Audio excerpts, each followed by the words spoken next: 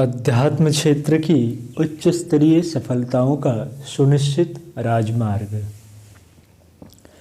भौतिक क्षेत्र की सफलताएं योग्यता, पुरुषार्थ एवं साधनों पर निर्भर हैं। आत्म तौर से परिस्थितियां तदनुरूप ही बनती है। अपवाद तो कभी कभी ही होते हैं।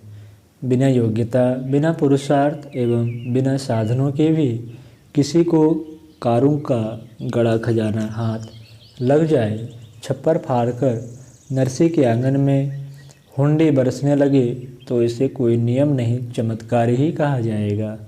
वैसी आशा लगाकर बैठे रहने वाले, सफलताओं का मूल्य चुकाने की आवश्यकता न समझने वाले व्यवहार जगत में सनकीय और उपहासास्पद समझे जाते हैं। नियति विधान का उल्लंघन करके उचित मूल्य पर उचित वस्तुएं खरीदने की परंपरा को झुठलाने वाली पगडंडियां ढूंढने वाले पाने के स्थान पर खोते ही खोते रहते हैं। लंबा मार्ग चलकर लक्ष्य तक पहुंचने की तैयारी करना ही बुद्धिमत्ता है। यथार्थवादिता इसी में है। बिना पंखों के कल्पना लोक में उड़ने वाले बहिरंग जीवन में व्यवहार क्षेत्र में कदाचित ही कभी कोई सफल हुए हों। अध्यात्म क्षेत्र सूक्ष्म, अदृश्य, अविज्ञात जैसा लगता भर है, वस्तुतः वह भी अपने स्थान पर भौतिक जगत की तरह सुस्थिर और सुव्यवस्थित है। आँखों से न दिख पड़ने पर भी उसकी सत्ता संदेह से परे है। शरीर दिखता है, प्राण नहीं। प्राण की नाप तौल न तो इंद्रिय शक्ति से हो सकती है और न किसी यंत्र उपकरण से। फिर भी उसकी सत्ता से इनकार नहीं किया जा सकता। मरणोत्तर जीवन का अस्तित्व भी ऐसा ही है जिसका यांत्रिक पर्यवेक्षण नहीं हो सकता। इतने पर भी वह पुरातन की तरह आधुनिक निर्धारणों से ही अपने अस्तित्व का परिचय देता है। विचारों की इच्छा शक्ति, साहस आदि अदृश्य प्रसंगों की विशिष्टता एवं परिणति से कोई इनकार नहीं कर सकता। यह दृश्य जगत के अनेकानेक प्रमाणों में से कुछ हैं। यह क्षेत्र अव्यवस्थित नहीं है। अणुओं और तरंगों से विनिर्मित पदार्थ जगत की तरह ही उसका भी सुनिश्चित और व्यापक अस्तित्व है। उसकी भी गतिविधियाँ चलती और प्रतिक्रियाएं होती है, अस्तु उसके भी अपने सुनिश्चित नियम, विधान और अनुशासन होने का तथ्य भी स्वीकारना होगा। अंधेर गर्दी, अराजकता, मनमानी अदृश्य जगत में भी न चलती है और न टिकती ठहरती है। अतः अदृश्य जगत के संबंध में भी यह नहीं सोचा जाना चाहिए कि वहाँ किसी नियम अनुबंध की आशा नहीं है। अंधेर नगरी बेबुझ राजा की उक्ति सुनी तो जाती है, पर देखी कहीं नहीं गई। हर क्षेत्र के अपने अपने नियम, विधान, अनुशासन हैं। अध्यात्म क्षेत्र भी उसका अपवाद नहीं हो सकता। सृष्टा की इस समूची कृति में कहीं भी अव्यवस्था नहीं है। यहाँ तक कि भूकंप, तूफान जैसी अप्रत्याशित यदाकदा होने वाली घटनाएं भी प्रकृति के सुनिश्चित नियमों के अंतर्गत होती है, भले ही उन्हें हम अभी पूरी तरह न समझ पाए हों। अध्यात्म क्षेत्र का तत्वज्ञान, विधान, स्वरूप और प्रतिफल समझने वालों को इस तथ्य को हृदयंगम करना ही होगा कि इस क्षेत्र के सुनिश्चित निर्धारण और अनुशासन सृष्टा ने बनाए और सुरक्षित रखे हैं। उन्हीं को समझने अपनाने से काम चलेगा।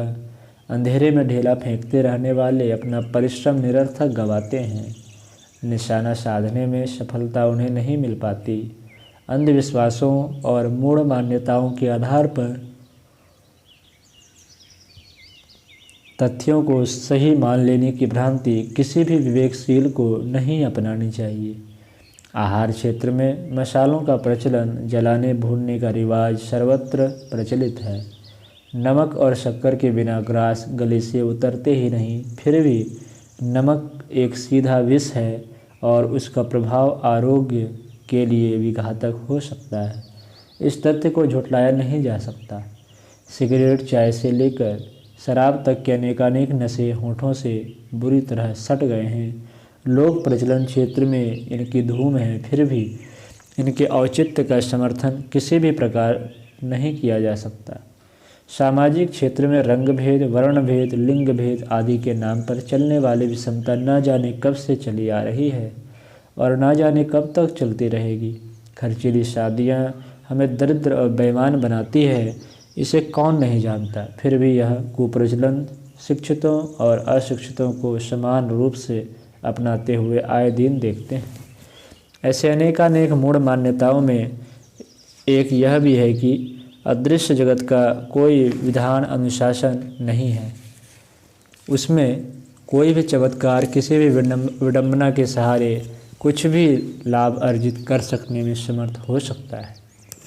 इस भ्रांति ने अध्यात्म क्षेत्र में एक प्रकार की अराजकता उत्पन्न कर दी है। लोगों ने मनमानी कल्पनाएँ की हैं, मनमाने अर्थ लगाए हैं और मनमाने हथकंडे अपनाए हैं। किसी को कुछ भी कर बैठने की छूट है, रस्सा किसी के हाथ पैरों में बंधा है, विचार खूंटे से कहीं और बंधे होते हैं। इस छूट के रहते हुए भी प्रतिफल के संबंध में कभी अनुशासन से बंधे हैं। कर्ता कोई कुछ भी रहे, परिणाम के संबंध में नियति व्यवस्था पर ही आश्रित रहना पड़ेगा। कुछ करने वाले को कुछ भी परिणाम भुगतने के लिए तैयार रहना चाहिए। सुनिश्चित परिणामों की आशा करने वालों को गणितीय सिद्धांत समझने ही नहीं, अपनाने भी होंगे। अध्यात्म क्षेत्र की आश्चर्यजनक, अवास्तविक और भयावह मान्यता यह है कि कुछ जंत्र मंत्र या टंट घंट करने से देवताओं को जाल में जकड़ा और मनमर्जी की मनोकामनाएं पूरी करने के लिए विवश किया जा सकता है। इस भ्रमजाल ने मनुष्य जाति को बेतरह भटकाया है। ठोकरों पर ठोकर, असफलताओं पर असफलता प्राप्त करते रहने पर भी न जाने यह मान्यता क्यों नहीं हटती कि बिना मूल्य या कम मूल्य में उच्च स्तरीय संपदाएं, सफलताएं प्राप्त कर सकना किसी भी प्रकार संभव नहीं है। देवताओं को न जाने क्यों लोगों ने इतना है स्तर का बना दिया कि किसी भी पात्रता, प्रामाणिकता परखे बिना मात्र पूजा उपचार के अथवा ऐसे ही गिड़गिड़ाने, नाक रगड़ने के बदले मांगे हुए वरदान बरसाने के लिए तैयार बैठे रहते हैं। यदि वस्तुतः ऐसा होता तो उसे अदृश्य जगत की अराजकता, अंधेर गर्दी के अतिरिक्त और क्या नाम दिया जाता, जहाँ पात्रता, पराक्रम की कोई आवश्यकता न समझी जाए, मात्र छल भरी मनुहार ही अपनाने भर से उल्लू सीधा होता रहे, तो उसे क्या कहा और समझा जाए। यह विज्ञजनों का विचारणीय विषय है। पूजा की जादुई क्षमता, गिड़गिड़ाने भर से मनचाही संपदा किस आधार पर सही मानी जाती है, इसकी कोई तुक किसी भी प्रकार नहीं बैठती। देव प्रतिमाओं की दर्शन झांकी करते फिरते और उन पर फूल पत्ते चढ़ाने वाले न जाने उस नगण्य से क्रिया कौतुक के बदले क्या क्या मनौती मांगते हैं। तथाकथित संत महात्माओं के दर्शन भर करने के लिए आतुर लोग तत्व दर्शन से सर्वथा अपरिचित प्रतीत होते हैं। वे आँखों से छवि देखने भर को ही दर्शन मान बैठे हैं और इतने भर से अपनी भक्ति भावना का परिचय प्रस्तुत करते और मनचाहे वरदान पाने की अपेक्षा करते हैं। इस मान्यता के पीछे क्या सिद्धांत काम करता होगा, यह खोज करना कठिन ही नहीं, असंभव भी है। दर्शन झांकी करने भर से दैवी अनुग्रह बरसने लगे तो इसका अर्थ यह होगा कि आत्म परिष्कार, जीवन शोधन, तप साधना जैसे कष्ट साध्य प्रतिपादन करने और वैसा कराने के लिए कहने वाले नितांत मूर्ख हैं। जो काम चुटकी बजाते बिना किसी श्रम त्याग के उथले विडंबनाएं अपनाने भर से पूरा हो सकता है, उसके लिए कोई कष्ट साध्य रीति नीति अपनाने के झंझट में क्यों पड़ेगा। मनुहार करने भर से दैवी अनुकंपा बरसने लगने की मान्यता बाल बुद्धि की परिचायक है। लेने वाले के हिस्से में ही सारी चतुरता नहीं आई, कुछ तो परख देने वाले में भी होती है। अपनी सुयोग्य कन्या कोई किसी भी ऐरे गहरे याचक के पल्ले बांधने और मांगने वालों की मनोकामना पूरी करने के लिए देने को तैयार नहीं होता है। फिर दैवी अनुकंपा का क्षेत्र ही क्यों ऐसा माना जाए कि वहाँ मांगने या पूजा अर्चना की भौड़ी लकीर पीट देने से ही मनमानी सफलता पाने का अधिकार मिल गया है। यदि दैवी शक्तियाँ वस्तुतः ऐसे ही अनबूझ हों तो उन्हें भी विवेक शून्य कहा जाएगा और अध्यात्म क्षेत्र में अनुशासनहीनता फैलाने नियम मर्यादा समाप्त करने का दोषी ठहराया जाएगा। भौतिक जगत में सस्ते में बहुमूल्य पाने का नियम ही नहीं है। यहाँ पर सब कुछ प्रामाणिकता और पुरुषार्थ के आधार पर खरीदा जाता है। विज्ञजनों को अध्यात्म जगत में भी इसी विधान प्रचलन की आशा करनी चाहिए। जीवकटी, लूटमार, अनैतिकताओं को और जादुई कौतुक बाल बुद्धि को आकर्षित कर सकते हैं। विज्ञजन इन्हें अनुचित मानते और लाभ कम घाटा अधिक देखकर मुंह मोड़ लेते हैं। जिन्हें वस्तुतः अध्यात्म जगत का स्वरूप समझने में रुचि हो, उन्हें उसके नियम निर्धारणों को भी समझना चाहिए। विज्ञान ने यही किया और श्रेय लिया है। पुरातन अध्यात्म का स्वरूप भी ऐसा ही था। उसमें तत्व दर्शन का महत्व समझा जाता था। ब्रह्म विद्या के नीति नियमों को अपनाया जाता था। अभिष्ट प्रगति के लिए तदनुरूप साधना का मूल्य चुकाया जाता था। आज तो सब कुछ उल्टा ही उल्टा दिखता है। ब्रह्म जंजाल सघन अंधकार की तरह इतना गहन है कि हाथ को हाथ नहीं सूझता। लूट मार के लिए आतुर लोग अपने को भक्त कहते हैं और भक्ति के प्रतिफल का दावेदार मानते हैं। मनोकामना पूर्ण न होने पर गाली देने से लेकर अश्रद्धा व्यक्त करने में उग्र रूप धारण करते देखे जाते हैं। प्रचलित मान्यताओं को क्या कहा जाए, उनके प्रचलन का क्या आधार खोजा जाए और उन्हें अपनाने वालों को बुद्धिमान अबुद्धिमान क्या कहा जाए, कुछ कहते नहीं बनता। समझ कुछ काम नहीं करती।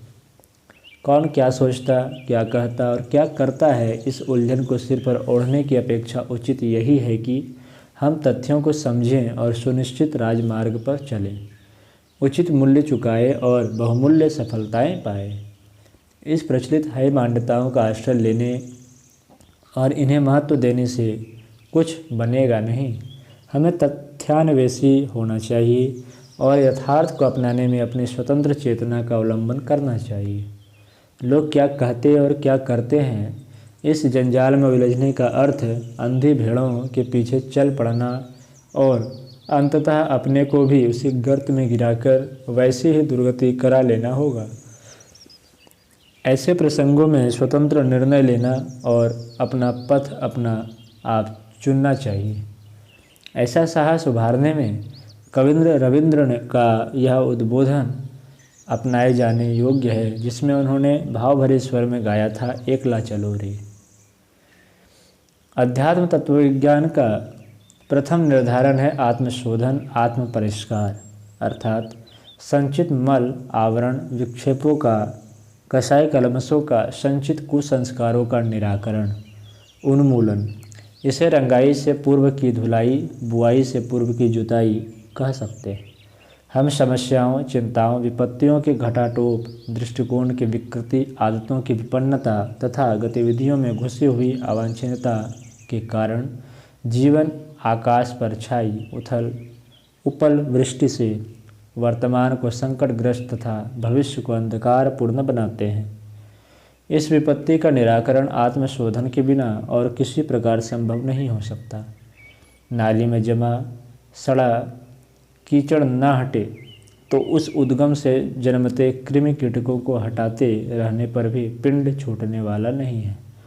तब साधना का उद्देश्य संचित कुसंस्कारों के विरुद्ध अनुनय विनय सहन शिखावन को निरर्थक समझते हुए तेजस्वी विद्रोह खड़ा कर देना है। अध्यात्म क्षेत्र की संपदाएं भौतिक क्षेत्र से असंख्य गुणी बड़ी हैं। शरीर में प्राण का महत्व अत्यधिक है और संपदाओं की तुलना में विभूतियों का महत्व अत्यधिक है। बड़प्पन अपनी जगह और मानवता अपनी जगह, वैभव और वर्चस्व की कोई तुलना नहीं। अभ्यास न रहने, उदाहरण न दिखने, अनुभवजन्य प्रेरणा न मिलने से अध्यात्म की गरिमा एक प्रकार से अविज्ञात ही नहीं, लुप्त प्राय भी हो चली है। पूजा और मनोकामना का तालमेल बैठाने वाली विडंबना ने हर किसी को सस्ती लूटमार के भ्रमजाल में फंसा दिया है। ऐसी दशा में अध्यात्म विभूतियों को विज्ञान की उपलब्धियों की तुलना में विशिष्ट और वरिष्ठ सिद्ध कर सकना कैसे बन पड़े।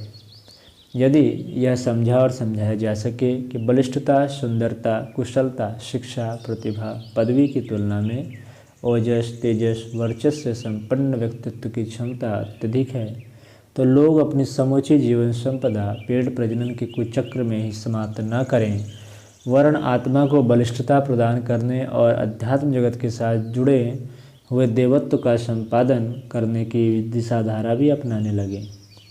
उदाहरण न मिलने पर संदेह और अविश्वास रहना स्वाभाविक है। इनकी व्यापकता मिटाने का एक ही उपाय है कि भूतकाल के ऋषि मनीषियों की भक्तजनों की दुहाई देते रहने की अपेक्षा ऐसे प्रत्यक्ष उदाहरण प्रस्तुत करें जिनके आधार पर आत्म क्षेत्र की गरिमा और उपलब्धियों का प्रत्यक्ष प्रतिफल देखने को मिल सके। यह तभी संभव है जब अध्यात्म क्षेत्र का स्वरूप, विधान एवं अनुशासन सही रूप में समझने और अपनाने का सरंजाम जुटे आधार बने। इसके लिए यथार्थवादी दृष्टिकोण अपनाना और समझना होगा। अध्यात्म की प्रेरणाएं इस क्षेत्र के अनुयायियों को आत्मचिंतन, आत्मनिर्माण एवं आत्म विकास के लिए बाध्य करती है। आत्मसत्ता का परिष्कृत स्वरूप ही इस योग्य बनता है कि सूक्ष्म लोक की अधिष्ठात्री देव चेतना के साथ आदान प्रदान संभव हो सके। देव अनुग्रह की बात इससे कम में बनती ही नहीं।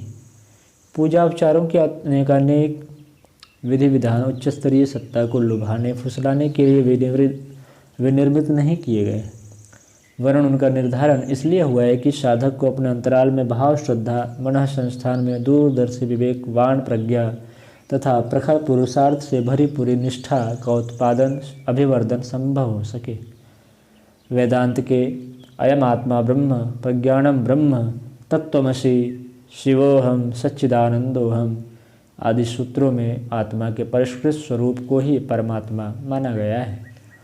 आत्मा का परमात्मा में विलय, परिवर्तन ही ईश्वर प्राप्ति, ब्रह्म निर्वाण, जीवन मुक्ति आदि नामों से प्रतिपादित किया गया है। समुची ब्रह्म विद्या का सार संक्षेप इतना ही है कि जीवन को, व्यक्तित्व को उत्कृष्ट आदर्शवादिता से ओतप्रोत बनाने वाले चिंतन एवं आचरण का आश्रय लिया जाए। इसके लिए कुछ व्यायाम, उपचार, प्रयोगों की सहायता ली जाती है। उन्हीं को तप, साधना एवं योगाभ्यास कहते हैं। यह समझने में भारी भूल हुई है कि ये बरगलाने वाले प्रयोग हैं। अपनी तराजू से ही परमात्मा को तौलना गलती है। प्रशंसा, रिश्वत, चापलूसी जैसे प्रयोग घटिया स्तर वालों को ही प्रभावित करते हैं। व्यक्तिगत साठगांठ के डोरे उन्हीं पर डाले जा सकते हैं। ब्रह्म सत्ता का स्तर इससे कहीं अधिक ऊंचा है। वहाँ पक्षघात कराने की चतुरता किसी भी प्रकार पहुँचती नहीं। पात्रता और प्रामाणिकता के अनुरूप बड़े अनुदान वरदान देने, बड़े उत्तरदायित्व सौंपने की नीति की ही वहाँ मान्यता है। न्यायाधीश यही करते हैं। चुनाव और नियुक्ति करने वाले अधिकारियों तक में जब प्रतियोगिता जीतने वालों को विजयी घोषित करने की नीति अपनाई जाती है तो देव सत्ता के उत्कृष्ट स्तर को देखते हुए किसी को यह आशा नहीं करनी चाहिए कि यहाँ चतुरता की दाल गलती है और खिलवाड़ जैसे पूजा उपचार के सहारे महत्वपूर्ण अनुदान वरदान झटकने में सफलता मिल जाएगी।